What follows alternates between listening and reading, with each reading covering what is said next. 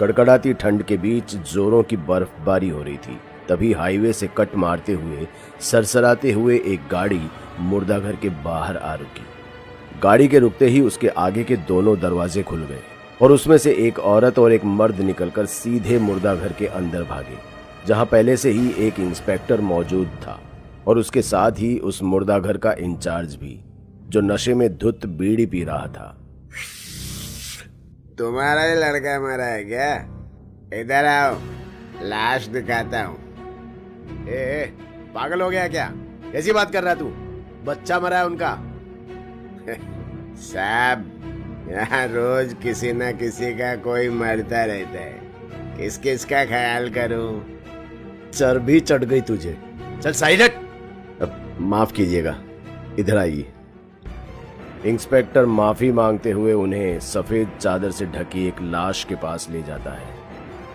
आपने तो अस्पताल का कहा था और अब मुर्दाघर में एक लाश के पास खड़ा कर दिया। ये कैसा मजाक कर रहे हैं आप मेरे साथ? विक्रम को तो अभी एक हफ्ते पहले हम हॉस्टल छोड़कर आए थे, वो कितना खुश भी था वहाँ। अब यूं यहाँ मुर्दाघर में क्या करने आए हैं हम? अर्चना संभालो अपने आप को। इन्होंने बस शिनाख्त के लिए ही हमें बुलाया है। उमेश अर्चना को समझा ही रहा था कि इतने में पुलिस ने लाश के मुंह से चादर हटा दी, जिसे देखते ही अर्चना अपने बेटे विक्रम का नाम लेकर चीखते हुए रोने लगी। जवान बेटे को यूं लाश बना देखकर उमेश भी खुद को रोक नहीं पाया और फूट फूट कर रोने लगा। फिर न जाने क्यों उमेश को क्या सूझा, वो सीधा उठा और इंस्पेक्टर के गिरेबान को पकड़ते हुए दीवार में सटा दिया। बता क्या हुआ मेरे बेटे के साथ? बोल, वरना मैं खड़े खड़े तेरी वर्दी उतरवा दूंगा। उमेश के यूं बदतमीजी पर उतर आने के बाद अब तक जो इंस्पेक्टर कबीर शांत था, वो एकदम से भड़क उठा। फिर उसने उमेश के हाथों को झटकते हुए कहा, होश में रहकर जुबान खोलिए उमेश सक्सेना। मैं आपके टुकड़ों पर पलने वाला कुत्ता नहीं हूँ जो आपकी इन धमकियों से डर जाऊंगा। अगर अभी आपने अपना बेटा नहीं खोया होता ना, तो फिर मैं दिखाता कि खड़े खड़े और भी क्या किया जा सकता है। खैर, आपके बेटे की लाश विक्टोरिया हॉस्टल के पीछे बरामद हुई है। मेरा बेटा पढ़ने गया था वहाँ और अब लाश बनकर लौटा है। आखिर ऐसा क्या होता है वहाँ? मौत का तांडव होता है वहाँ। ये कोई पहली लाश नहीं जो वहाँ से आई है। पहले भी कई मौतें हो चुकी है वहाँ पर गुत्थी कोई नहीं सुलझा पाया। जिसने भी कोशिश की, मौत ही पाई। ए, बंद कर अपना गटर। सक्सेना सर, आपसे वादा रहा, ये गुत्थी मैं ही सुलझाऊंगा और उन्हें कटघरे तक पहुंचाकर ही दम लूंगा, फिर चाहे उसके लिए कुछ भी हो। जवान हो, जोश है, कर लो कोशिश। बाकी समझदार तो दूर ही रहते हैं वहां से। इतना कहता हुआ मुर्दाघर का वो इंचार्ज बाहर चला गया और जाते जाते कबीर को ये चुनौती भी दे गया कि वो क्या, कोई भी इस केस को नहीं सुलझा सकता, क्योंकि इसके पीछे बहुत कुछ रहस्यमयी है। लेकिन कबीर भी अब ये ठान लेता है कि वो सच का पता लगाकर ही रहेगा। इसलिए वो अगले ही दिन विक्टोरिया हॉस्टल में एक कॉलेज स्टूडेंट बनकर पहुंच गया। लेकिन हॉस्टल पहुंचते ही उसे बड़ा अजीब लगता है और वो सोचने लगता है कि एक पहाड़ी के अंत में यूं खाई के पास भला हॉस्टल कौन बनाता है, और भला ऐसी जगह पर कोई अपने बच्चे को कैसे छोड़ सकता है, वो भी सक्सेना जैसे लोग। हॉस्टल को देखते ही ये वीरान जगह लगती थी। कबीर हॉस्टल में जा ही रहा होता है कि तभी एक चौकीदार उसे रोकता है।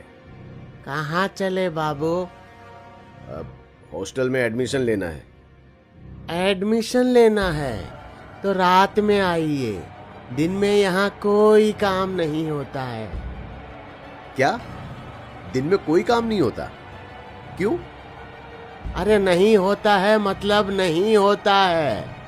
क्या, क्यों, कैसे, ज्यादा सवाल ना करो बाबू, चले जाओ। बड़े अजीब नियम कानून है। कबीर ने अभी अभी अपनी बात पूरी भी ना की थी कि इतने में चौकीदार वहां से निकल गया। कबीर ने भी सोचा अगर पूरा सच जानना है तो ठंडे मिजाज से काम लेना होगा, इसलिए वो रात होने का इंतजार करने लगता है। वहीं हॉस्टल के गेट पर बैठे बैठे सुबह से शाम हो जाती है पर वहां कोई हलचल नहीं होती। यहां तक कि शाम के बाद रात ने भी अपनी घनघोर चादर ओढ़ ली थी और हॉस्टल अब भी उतना ही वीरान था, जैसे वहां कोई रहता ही ना हो। कबीर को अब ये विश्वास होने लगा था कि इस हॉस्टल में कुछ भी नहीं है, इसलिए वो वहां से निकलने को होता ही है कि तभी पीछे से एक आवाज आती है। कहाँ जा रहे हो बाबू? अंदर आ जाओ, एडमिशन नहीं लोगे? कबीर को यह आवाज जानी पहचानी लगी। पीछे मुड़कर देखा तो अंदर वही चौकीदार था जो सुबह बाहर था, और कबीर तो पूरे दिन बाहर बैठा था। फिर वो अंदर कब गया? ज्यादा सोचो ना बाबू, एडमिशन लेना है तो अंदर आ जाओ।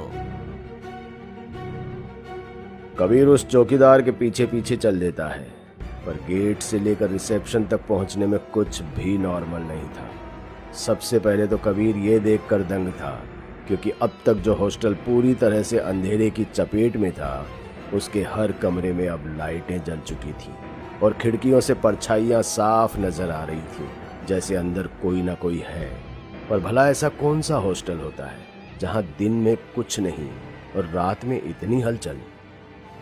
हॉस्टल के रिसेप्शन पर मोटा चश्मा लगाए एक हट्टा कट्टा इंसान बैठा हुआ था। वार्डन साहब, बाबू एडमिशन के लिए आए हैं, मैं चलता हूँ दरवाजे पर। वार्डन ने बिना कुछ कहे एक फॉर्म और कमरा नंबर 307 की चाबी आगे बढ़ा दी। कबीर कुछ पूछने को हुआ ही था कि वार्डन ने उंगली से दूसरी तरफ इशारा किया, जहां रूल बोर्ड लगा हुआ था। कबीर रूल बोर्ड के पास पहुंच गया और उसे पढ़ने लगा।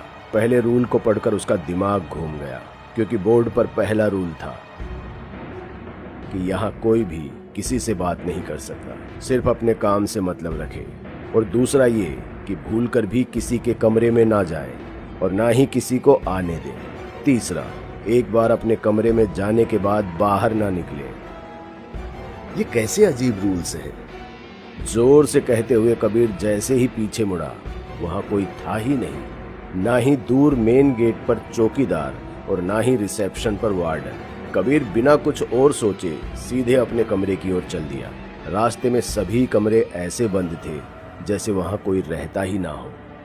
फिर वो अपने कमरे 307 में पहुंचकर अपना बैग रख अपने कमरे को चारों तरफ से देखने लगा। तभी बाहर से जोर से किसी के चीखने की आवाज आई और कबीर उसी चीख के पीछे अपने कमरे से बाहर निकल गया, लेकिन उसे कोई नहीं दिख रहा था। कॉरिडोर की लाइटें अब पहले की तरह शांत नहीं बल्कि थरथरा रही थी। इधर कबीर ये सोचकर हैरान था कि इतनी तेज चीख सुनकर भी सब कुछ शांत कैसे था, जैसे किसी को कोई फर्क ही नहीं पड़ रहा हो। कोई अपने दरवाजे को खोल सुध लेने को तैयार ही नहीं था। इसलिए कबीर खुद सामने के दरवाजे पर दस्तक देने लगा। भाई, मैं कबीर इस हॉस्टल में नया आया हूँ, जरा दरवाजा खोलो। अंदर से कोई जवाब नहीं आया। कबीर तीसरे फ्लोर के सभी दरवाजों को आजमा लेता है, पर कोई बाहर निकलने को तैयार ही नहीं था। फिर अंत में वो एक दरवाजे को धक्का देकर तोड़ देता है। अंदर कमरे का हाल ऐसा होता है जैसे कोई आग लगी हो और जमीन पर एक कंकाल पड़ा था जिसका आधा सिर जला हुआ था। कबीर उल्टे पांव बाहर निकलता है तो देखता है कि इस पूरे हॉस्टल में आग लगी हुई है और कमरे के अंदर से धुआं निकल रहा है। जिस कमरे में दस्तक देने के बाद भी कोई नहीं खोल रहा था, अब हर दरवाजे पर अंदर से कोई दरवाजा खोलने के लिए चीख रहा था, मदद मांग रहा था कि दरवाजा खोलो, अंदर आग लगी है। पर उन्हें कोई सुनने वाला नहीं था। कबीर ने जैसे ही दरवाजा खोलने की कोशिश की कि आग की एक तेज लपट उसकी तरफ बढ़ी और उसके कपड़ों में आग लग गई। कबीर शरीर पर लगी आग की लपटों को बुझाते हुए ऐसे घबराया कि वो कब सीढ़ियों पर पहुंच गया उसे पता ही नहीं चला और वो सीढ़ियों से फिसलता हुआ नीचे गिर गया। इससे उसके कपड़ों पर लगी आग तो बुझ गई, पर अब वो पूरी तरह से घायल हो गया था। वो दर्द से कराहते हुए उठ ही रहा था कि तभी उसकी नजर चौकीदार पर गई और वो उसी की तरफ बढ़ गया। कबीर ने उसे आवाज भी लगाई पर वो पीछे मुड़ा ही नहीं, बस बुत बना आग को देखे जा रहा था और उसके आगे वार्डन की अधजली लाश पड़ी थी। चाचा, क्या हो रहा है यहाँ? ये आग यहाँ कैसे लगी और इन्हें क्या हुआ?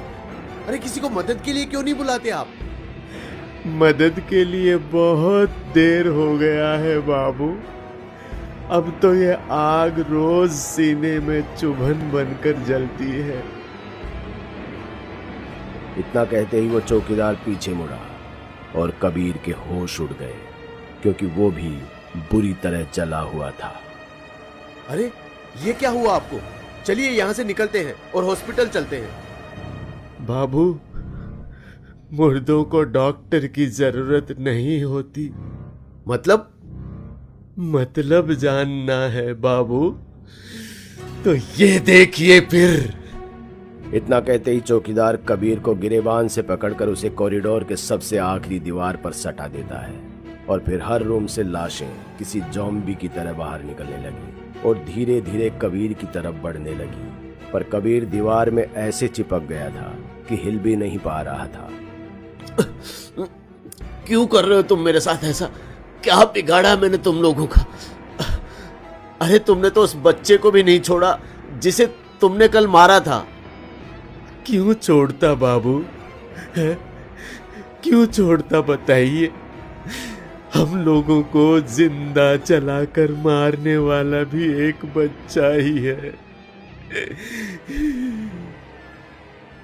बात दरअसल करीब 4 साल पहले की है, जब इस इलाके में सिर्फ एक ही हॉस्टल था, विक्टोरिया हॉस्टल। काफी नाम था इस हॉस्टल का, जिसे देखते हुए बिल्डर ने भी अपने यहाँ नया हॉस्टल खोला और उसका नाम भी विक्टोरिया हॉस्टल रख लिया। और जब पुराने विक्टोरिया हॉस्टल वालों ने इसका विरोध किया तो उन्होंने कहा, ठीक है, कल से आपको सिर्फ एक ही विक्टोरिया हॉस्टल देखने को मिलेगा। उसकी इस बात को सुनकर विक्टोरिया हॉस्टल वाले निश्चिंत हो गए। उन्होंने सोचा कि वो हॉस्टल का नाम बदलकर कुछ और रख लेंगे। क्या रखेंगे ये अगली सुबह पता चल ही जाएगा। लेकिन उस सुबह से पहले एक रात आई और उसी रात विक्टोरिया हॉस्टल में एक नया लड़का एडमिशन लेने आया। वार्डन ने उसे कमरा नंबर 307 दे दिया, इस बात से अनजान कि ये लड़का नए हॉस्टल वालों ने भेजा है, जिसने आधी रात में पहले पूरे हॉस्टल के कमरों को बाहर से बंद कर दिया और फिर आग लगा दी, जिसे अकेले वार्डन और चौकीदार भी नहीं रोक पाए और सब उस आग में झुलस कर मर गए। अब उन्हें क्या पता था कि कल से सिर्फ एक विक्टोरिया हॉस्टल दिखने का ये मतलब था। तब से लेकर आज तक जो भी रात को विक्टोरिया हॉस्टल की तलाश में निकला, उन्हें यही विक्टोरिया हॉस्टल मिला और बदले में मिली उन्हें मौत, केवल मौत। क्योंकि विक्टोरिया हॉस्टल में लोगों को मारने वाला तो बच निकला, इसलिए अब जो भी रात को यहाँ आता है वही विक्टोरिया हॉस्टल में मरे सभी लोगों की नज़रों में उनका हत्यारा बन जाता है। ऐसे में इंस्पेक्टर कबीर के साथ क्या हुआ होगा ये बताने की ज़रूरत तो नहीं है ना?